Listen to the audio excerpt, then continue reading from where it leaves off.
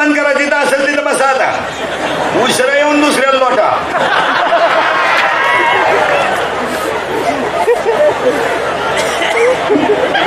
चला पटकन, कोणी आहे तिथं नाही, इकडे इकडे पटकन येतं मध्ये विषम ना घालू.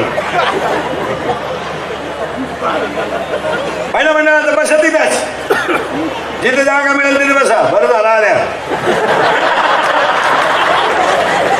बसा तिथंच.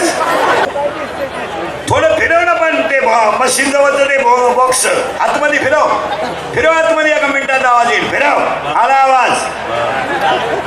आयुष्य गेलं त्याच्यात.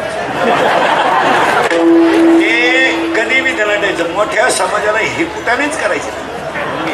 आता खरं बोललं तर तू म्हणशील तुला परत यायचंय का इथं, अजून 11 लाव. या जगाचा नियम आहे, खरं बोलायचं नाही तर 2 भोंग्यात कीर्तन होईल.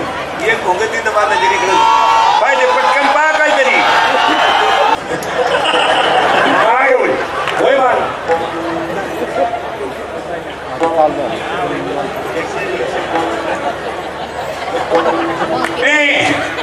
ज्या पुरुषाला आपली पत्नी सोडता जगातल्या सगळ्या स्त्रिया आई समान दिसतात, याचं नाव वैराग्य. पहिलं वाक्य. ज्याला सोनं आणि माती समान वाटते, त्याचं नाव वैराग्य. तिसरी व्याख्या सांगतो. एकांत सुद्धा त्याची काम वासना जागी होत नाही, त्याला वैराग्य म्हणतात.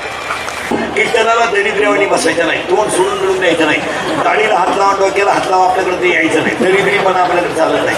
मी जेवण असं बसवतो, तसंच मिळाला मग.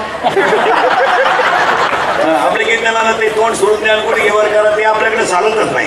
आणि आपल्या कीर्तनातला दुसरं मुद्दा आहे, कीर्तनाला बसल्यावर बोलावं लागतं. पटलं तर हा म्हणायचं, नाही पटलं तर नाही म्हणायचं.